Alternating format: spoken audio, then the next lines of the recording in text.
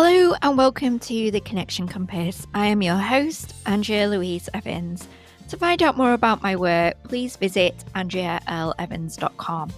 Have you ever felt like you are meant to do something else other than what you are doing now? Do you ever have the feeling that there is something else for you to do? You're just not sure what?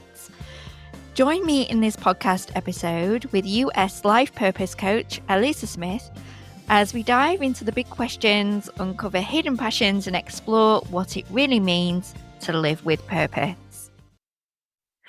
Hi, Alyssa. Hi, welcome to the Connection Compass. It's really nice to speak to you again. We spoke just before Christmas, didn't we? So, just for people who are listening, can you just tell us a little bit about yourself? Sure. Thank you so much for having me. What a pleasure to get to connect with you again. My name is Alyssa Smith, and I am a holistic career transition coach for women who are kind of at that mid-career transition point and considering especially a pivot to maybe not even just something within the industry they're in, but something outside of that industry. So that's the Yes. beautiful work that I'm getting to do with women in the world these days. Yeah. So I wanted to, because you've been through a life transition yourself, haven't you? And in your previous world, you were a teacher. Mm. So can we just take you back to your decision when you first went into teaching and why you decided to go into teaching? What kind of drew you to that career initially? Yeah, that's a great question. Oh man, I had always had this there was this mutual love between me and kids, it's Yeah. just so easy to get on with them and to have a giggle, and they just didn't take life too seriously. So for someone like me who was a tick the boxer kind of person, Yeah. it was really great to be in that kind of energy. And I found that I kind of shifted from being an introvert as a child, very, very quiet, to Mm. being an extrovert. And I realized that being in an environment with kids who would just say the thing, that was just so energizing for me. And yeah, I thought teaching wasn't gonna be where I'd go. I really did. I Oh, thought, really? Where did you think you gosh, would go? gosh, I went to university and I studied child and family studies, Right. child development. I even tossed on psychology, and I was in this what do I do place. So I actually dove into some of the strategies that I use now to deal with folks. I was conducting informational interviews as a 20-year-old with professors saying, "What's your day like? Like what does your day look like? Hey, Mr. School Psychologist and hey, teacher." And it was in those interviews that I realized I think I might really like the dynamic nature of teaching, which is what I was fearing that it would be the opposite, which is Yeah. almost went psychology. Though I have that degree, I just didn't go for the master's there because I realized it wouldn't give me that energizing experience that I was finding in that one course in my senior year. My last course that I had to do to get my major secured was be in a classroom. So there was a lab school and it was a preschool, and I had to Mm. do it, and I just fell in love. So, yeah. So as you kind of go into teaching and then life progresses, was there a point where you started to feel that you wanted to do something different? So was there a build up to that? So it wasn't just like a snap decision, I'm ready to do something different. Did it grow over time? So could you talk to us a little bit about that, please? Sure, absolutely. So for me, it was this constant need to, and I'm a learner, that's one of my Clifton strengths, right? I'm a learner, and I constantly was going, "Okay, and now how do we improve this? And now how do I make this Mhm. better?" And so I started it brand new, but then I moved into, leading a team of teachers Mhm. and dealing with the parents and helping them understand what we did. And Yeah. so there was that, and I was like, "What next? Let's go to a different grade level. Let's work with them too." And it's just always looking for that next way to grow. And so it took me to Korea. I said, "Why don't I do international teaching and teach all the things, but in Korea?" So I did that for 4 years, and we lived there for 5. But there was this little bit of always searching. Is this really it? Is this helping us live the life we want to? That I kept pushing down. I would just push Mm, that little inkling down, you know? Is this the yeah, life we want? Is this the life we want? And outwardly, it looked like it, you know? I loved yeah. having a community. I had Mhm, my family at the time I was married, and my 2 mhm, girls were growing, but there was just this kind of feeling of is this feeding my soul right now? Is this it? mm, Because somewhere in there, Andrea, I'm not sure when it was, but it had mm. been years where I started going, the energy was dipping. Yeah, And I kept going, I'll do more, I'll do more. And it started to spill into my evenings. So to yeah. keep myself feeling as energized Mm. as I could, I added more and more to my own plate. And I was burning myself out. I completely understand that. And I've experienced something similar, very much like you, just wanting to learn and wanting to grow all the time. I'm a maximizer like you. So I like to push, I like to see how far I can push things.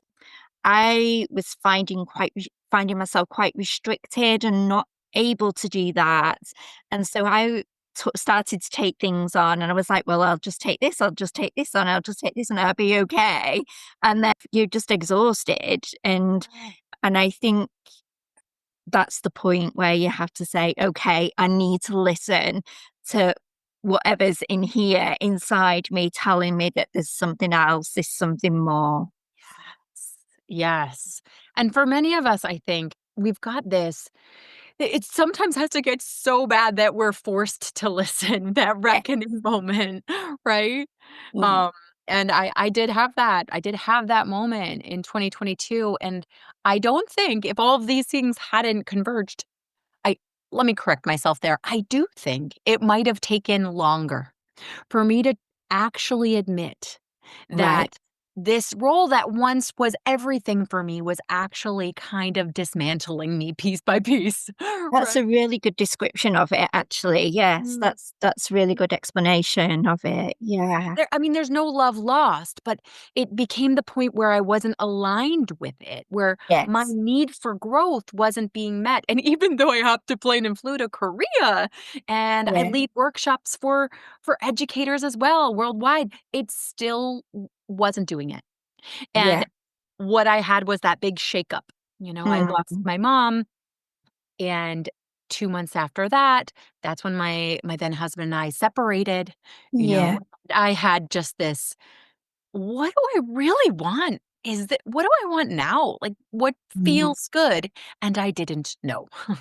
So Yeah. that became the moment where it was like, "We will turn back to ourselves and discover who I am now, what I need now."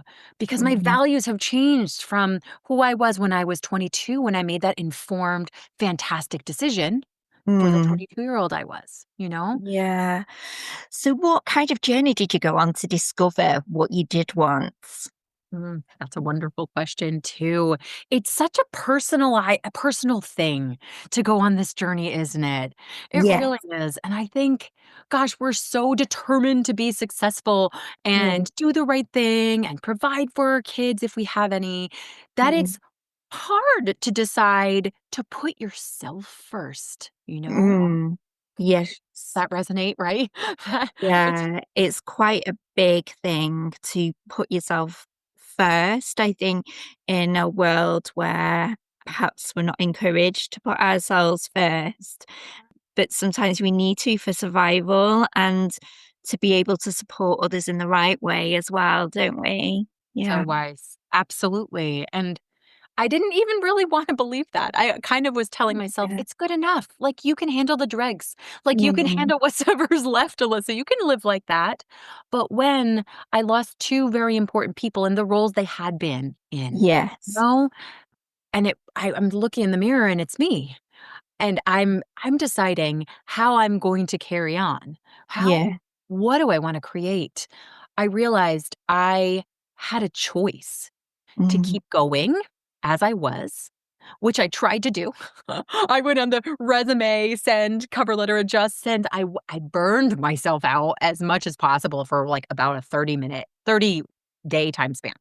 Yeah. Really hit that rock bottom. Were you, at this point, were you clinging on to what felt secure? Yes. Yeah. Yes. I was just Yeah. seeing looking at my past and Mm, looking at the path I had taken and seeing that as the only way to move forward, going, yeah. I've got to follow this path. This is all of the dots lead to here. So I have to continue on this trajectory in this industry. It's what I got to do. Let's go. So I went robotic again, pedal to the Yeah. metal, and applied my face off. Really burnt out and thought, Mm, there's got to be a better way. I will find it. I have to stop being the person that just goes on autopilot, does what she should, and yeah. then burns herself out again because it's me Yeah. and the kids. I can't do Mm, that anymore. So mm, I decided that this would be the time that I worked on slowing down, that I deprioritized work and I reprioritized myself, which felt odd because it was, what are we going to do in 6 months when this job is done? Right? I mm. was there. I'd already given notice. I knew I was done. I just didn't know where I was going. I knew I would be back to the States. And that's when I discovered that I'm bad at having spaciousness. I'm not good at quiet or stillness or just being. I'm really good at doing. And that might Uh, with you or some of your viewers, listeners. no, I mean completely. I am currently doing my somatic yoga teacher training. I have been doing it since June, and I have moved through the I've moved through the content at a snail's pace, and I'm doing that because I'm finding it so hard. And when I thought, I'm a yoga teacher, so I practice yoga, I journal, I meditate, I do breath work, I go for walks in nature. I consider myself to do all the right things. But what I've learned from that training is that when I felt that I was relaxing, I actually wasn't. Mhm.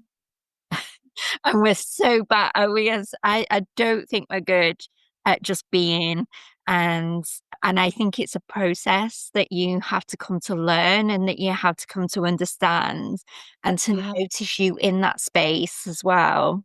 Mm. It's so well said, right? It's like, oh, it's just easy. We just do the Yeah. thing. But I Mm. love how you're going, well, actually doing the thing could be your avenue, but you've got to check and see if it is actually the Yeah. avenue towards what you're Yeah. looking And for. I've caught I suppose what I mean by that is, perhaps actually the other day I was sat with a warm drink, and I had the pen in my hand and I was just journaling, and I realized that my fist was like really clenched, like around the pen. I was like prizing my fingers like Oh, and oh my. it's the sort of it's that noticing, and I think we've moved.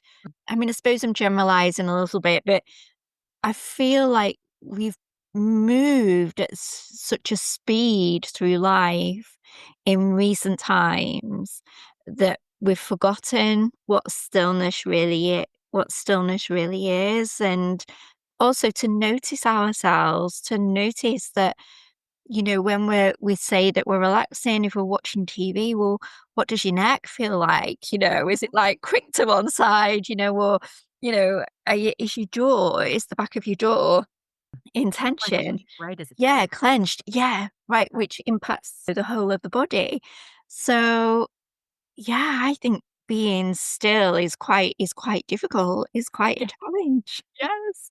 Oh, I'm trying to remember the name now. I'm thinking of one of the books that I read that convinced me to try meditating. I think it was something well, there were a few. One was Don't Believe Everything You Think. I loved that one.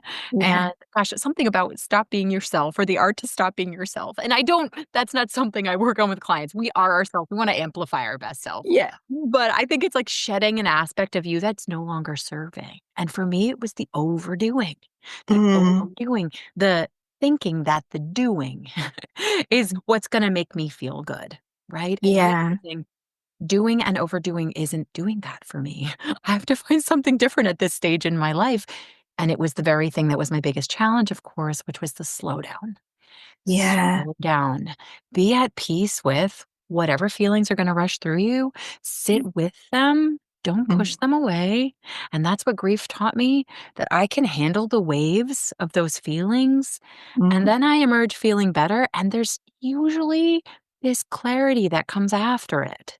When I'm mm. like, where's the lightness coming from next? That would feel good. And then we'll go do that. Yeah. I do want to take a walk right now. And that would feel spacious and expansive. And Yeah. oh, when the work thoughts come in, I can just redirect myself to 5 things I see and things that I can touch right? Mm, So, meditation for me, though really tricky at first, guided meditation was my way in, and I still do a lot of those today. yeah.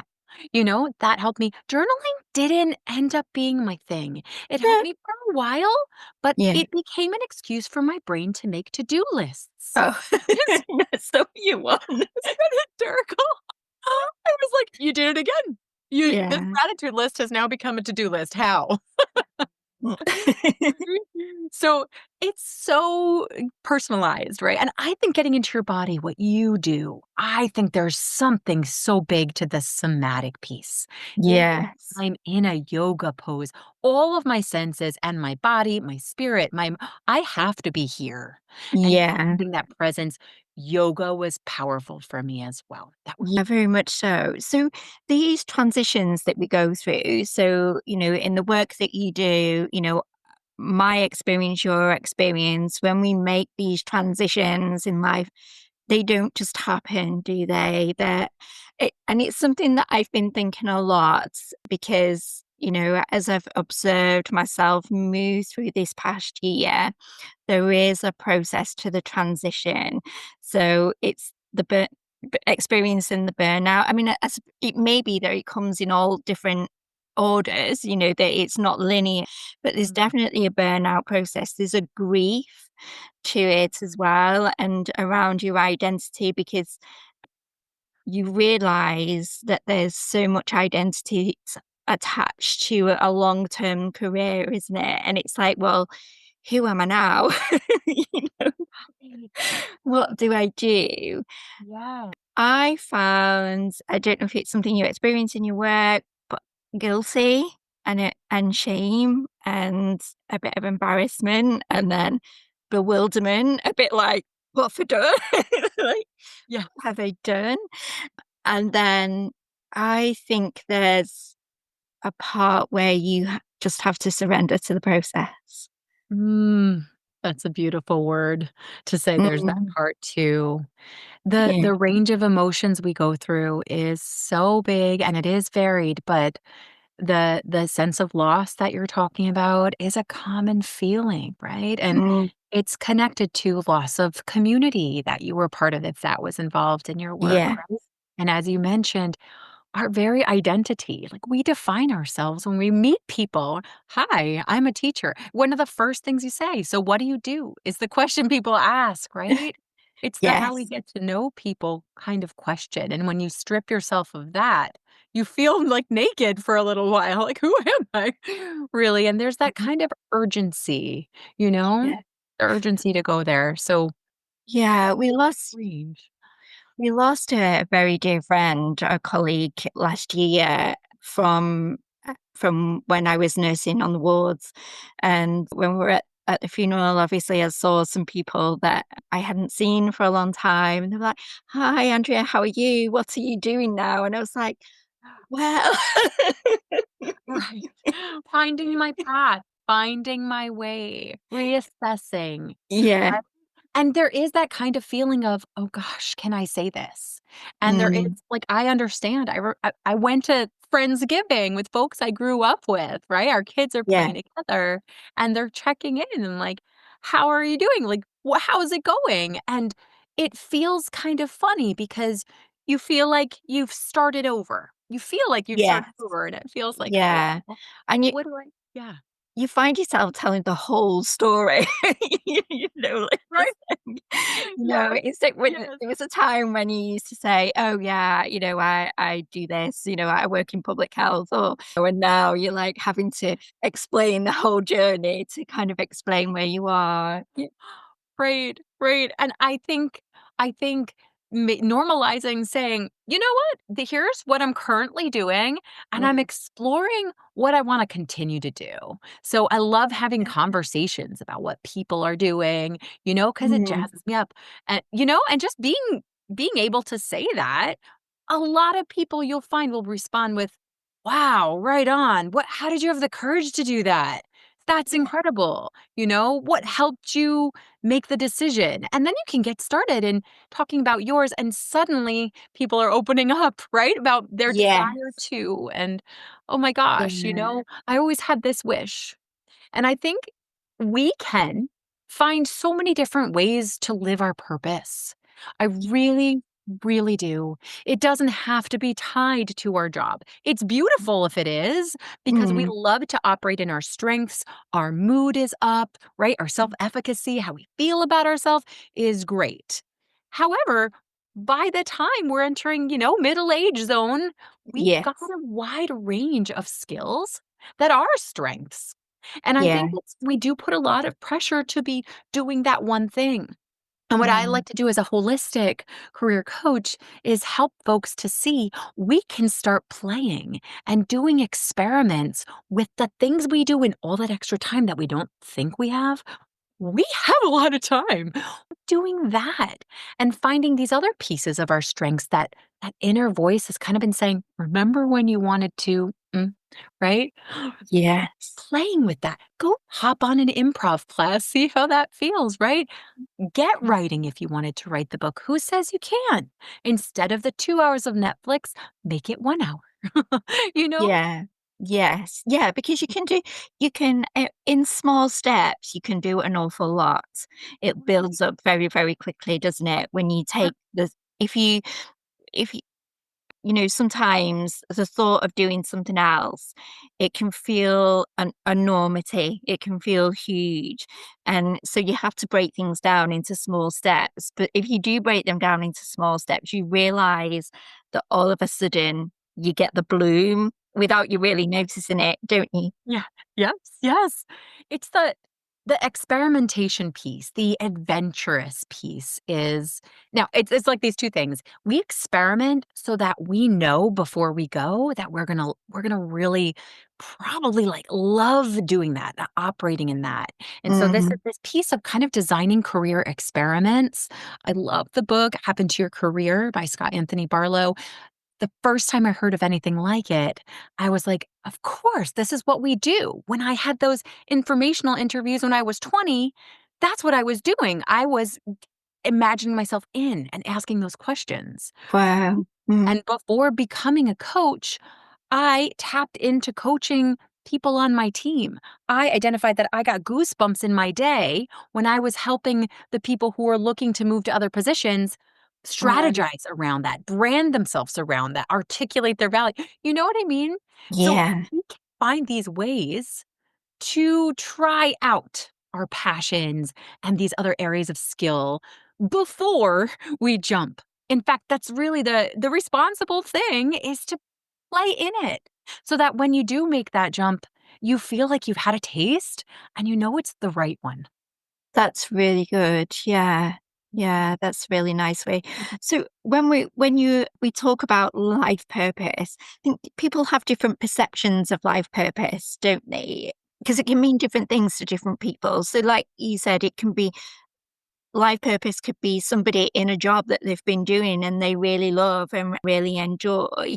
And then on the other hand of the scale, perhaps a bit like yourself, a bit like me, there's just a knowing just deep inside that there's something else, isn't there?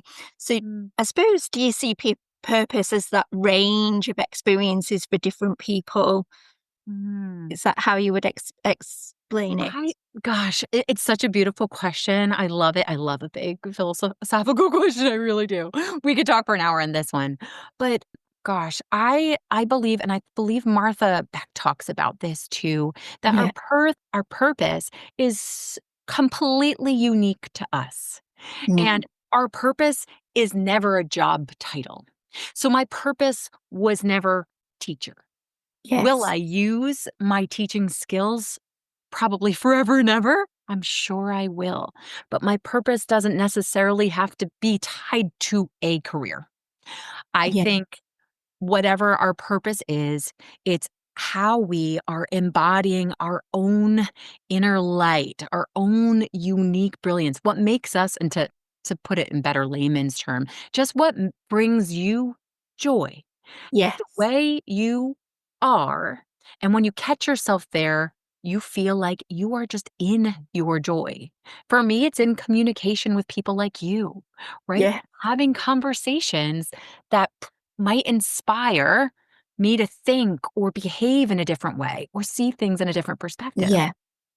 So whatever it is that is making you feel like your light is amplified, and it's Yeah. often something that you're sharing, and when you are in that joy, somebody else, you're looking and watching them light up too, and you're like, "Whoa, that just Yes. transferred." Yeah. So Yeah. that's not very, concrete to explain, but I think it's 100% unique, not tied to a career title. I think there's a million ways we can experiment with living in that joy, you know? Yes. And I think probably one of our biggest lessons or missions as spirits in bodies on this planet is to play with different ways to embody what Mm. lights us up. And we need that now, don't we? We need more of that in the world, really. We need more people to feel joy and feel just that energy, that energy of doing something that they really, really love. Yeah. And I'm not going to say, hey, go ahead and find what you're passionate about, and that is your job. Whoa, we've got to make sure that it's aligned with your skills, right? And we've got Yeah. those gorgeous assessments to help us really pinpoint those, and your values. What is important to you now, not when you were 20, but let's talk lifestyle. Let's talk community. Let's talk about salary. All of that is important as well. Mm. Mm. What do you think the most barriers are that people face to life purpose? Oh, gosh. I That's a wonderful question. I think when we tie the need to have something to put on display regarding our life purpose, like Yes. to have to be able to name it in one powerful sentence or Right. one Okay. phrase or one job title, which I just don't Mm. think is it? Yeah. So there's a fluidity to it then, isn't there? I do. I think so. I think we're constantly on that. Hey, oh wow, this is why I'm here. This feels a little bit like why I'm here. Oh wow, Mhm. I did some good there again. Huh. That's a piece of my puzzle, right? Ooh, what's similar about these pieces? Where did that come from? you know, Yes. those noticing those and noticing what feels light inside of you. What felt like, wow, that was easy and joyful, you know? Yeah. Noticing is a really big part of this, isn't it? Noticing how you feel and how your body is responding, how your emotions are responding with this work, isn't it? Yes, 100%. Yes, yes. Again and again. Yeah.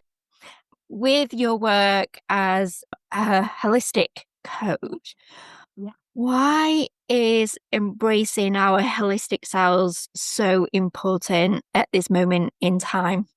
Mm, beautiful question. Beautiful. I think that our holistic self is really our invitation to put the life we would like to live front and center. Mm. To really get closer to noticing, like you said, our feelings in our body, our feelings in our heart, the whispers, if we've made some quiet to listen to the whispers about the things we'd love to try, the ways we'd like to get creative, right? Putting those things, allowing them to become the thing that we start to think about and dwell on and wonder about. And once we've done that and we're starting to get a feel for what our essence is, where our true strengths lie, then getting really thoughtful and curious and playing with other ways that we can we can make a career work with who we really are. I Mhm. think where we get stuck is we we freeze this version of ourselves, and I think we freeze different versions of ourselves, right? Yeah, that's really, yeah, it's very good. And we feel like we're betraying an older version of ourselves, or Mm. we're we're telling the story that that old version made a mistake. And I don't think there are any mistakes. I think we are just leaving little we're taking little like, what do we call, like a wiggly path to Yeah. get there, but it's all helping us take that's a breadcrumb from there, that's a breadcrumb from there, and pull it together, and it's not always gonna be neat and tidy.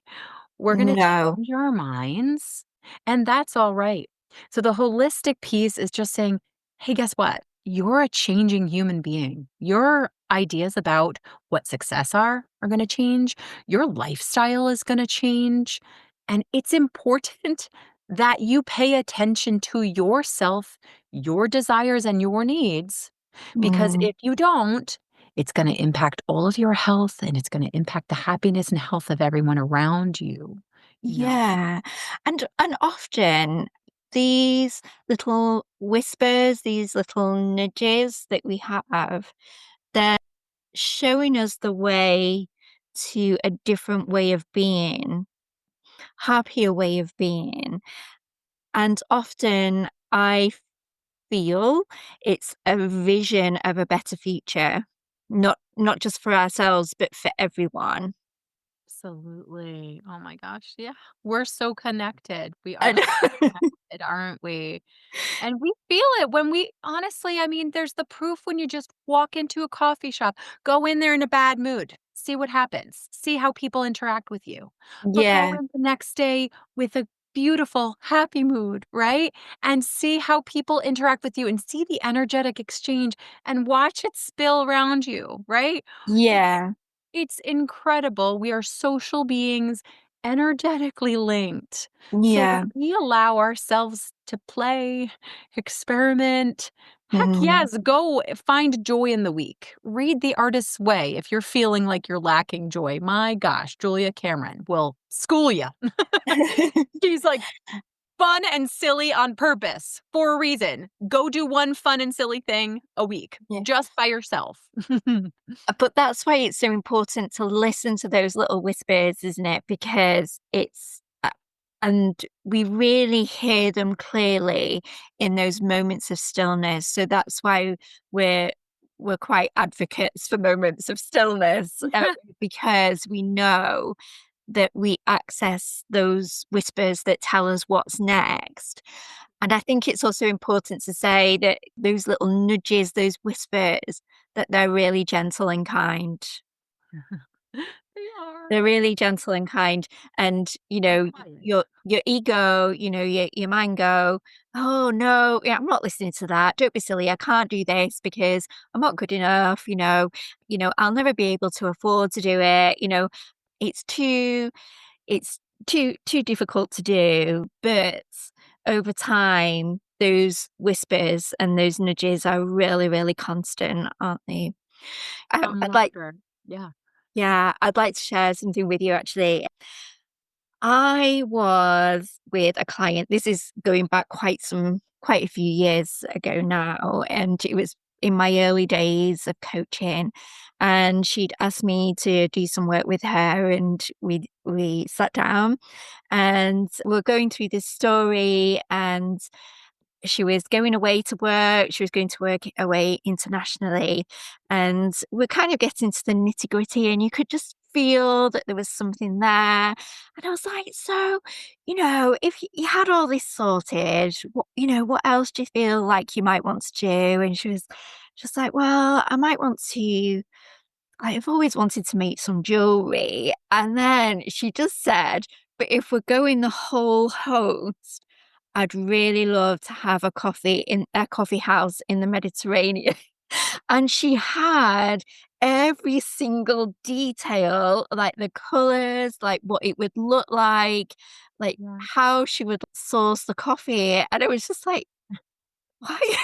It's just like, why are you not doing this? And she said, it's just too big. I'll never be able to do that. And it's like, well, yeah, you're not going to be able to do this tomorrow, but over time, small series of steps, it becomes more of a possibility, you know. Yeah. And that's why it's important. And it's that someone that's kind of, in the process of doing what she feels that she has to do, instead of what that little whisper, that nudge is saying, she needs to do. Gosh, I love that story. I wonder if she'll ever get there. I hope If so. Yeah, I'm I hope sure so. she will if she allows it to keep coming back and goes, "Okay, what if? How can I get creative?" and sticks with Yeah, it. I think there's only so much you can ignore. I think eventually, like we've both experienced, Yeah. something else kind of shifts. Yeah. Yes.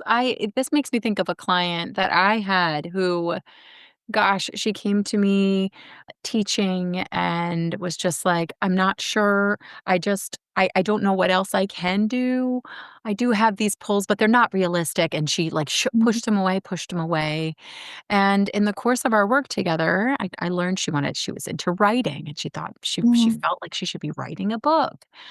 And we were dealing with burnout and Mhm. violence in the school she worked in a lot there. So we got her to reframe Mhm. thinking about that work as her day job, and her writing that she ended up doing and taking a couple of beautiful courses in and really getting into as her work, her life's work. She started looking at it like that. She did hit some blocks like, "Oh, if I'm gonna be an author, I have to put myself out there. I'm not sure. Can I? I'm not an author." And then we realized, "Hey, you know what? The work you've done, you've written a textbook. You already are an author, so let's, like, embody I'm an author and I'm a Mhm. teacher." And once she started doing that, and one day when she was like, "Oh, but I don't know what I'm creating," and I said, "So what?" And she's like, "Excuse Yes. me?" And I just said, "Are you enjoying the writing?" She said, Yes. "Yes." "Are you feeling energized as you do it?" "Yes." "Does it feel good? Do you look forward to waking up every morning at 5:15?" "Yes, I do." Then keep freaking doing it and take the word book. Take the pressure off, throw it away, live in your joy of that. Can I Yeah. tell you that she called me, gosh, are we at our 6-month checkup and check-in, and she said check up like I'm a doctor. "Alyssa, you're not gonna believe this, but she had actually started a little consultancy business on the side, just put it out there Wow. that with her best friend, this was a vision that she had early, and I said, Yeah. "No constraints, what would it be?" Her best friend was in the vision. They had one small business. They were educating teachers. Guess who called me and said, "You would not believe it. We are in talks with a massive publisher, and they Oh, work wow. with these districts. We're getting a deal. We're gonna be leading workshops for teachers across the state." Wow, that's amazing. What an amazing When we story. Right, when you take off some of Mm. the shoulds and just go down to the piece that you enjoy and you get into that. Stop Yeah. trying to label, stop trying to box. Do the thing that brings you joy. Watch what unfolds. Yes. And then the question I want to ask you is about tuning into our intuition. And perhaps, I think we've probably talked about it a little bit, but I think it deserves a little section. Intuition deserves a section on its own. But do you think we are afraid of our intuition? And what do you think the barriers are to our intuition? Because it's so easy to Mhm. dismiss your intuition. Yeah. I think that's a wonderful question. I think we are not even aware of it. Many of us Mm, are not aware of it. We have how many millions of thoughts a day? I've read it a million times, I don't remember. All mhm. the thoughts, it's hard for us to even recognize the intuition because it's so quiet, Yeah. right? And we're so used to being bombarded with all the thoughts and all the Mm, media, we can't even find it in all the noise. So I think that's a piece of it. And I yeah. do think fear is underneath any of the pulls that we have for change. Because our ego Yeah. is like, "Nope, not about that. Nope, not about that. That sounds risky. Shut it down." Mhm. Right? So we always have a part of us gonna shut down anything new, right? Mm, But the part of us that feels the pull, to Mm. try something, right? I think some of us shut it down so much that we've turned the volume down so low we cannot even hear it. Yeah.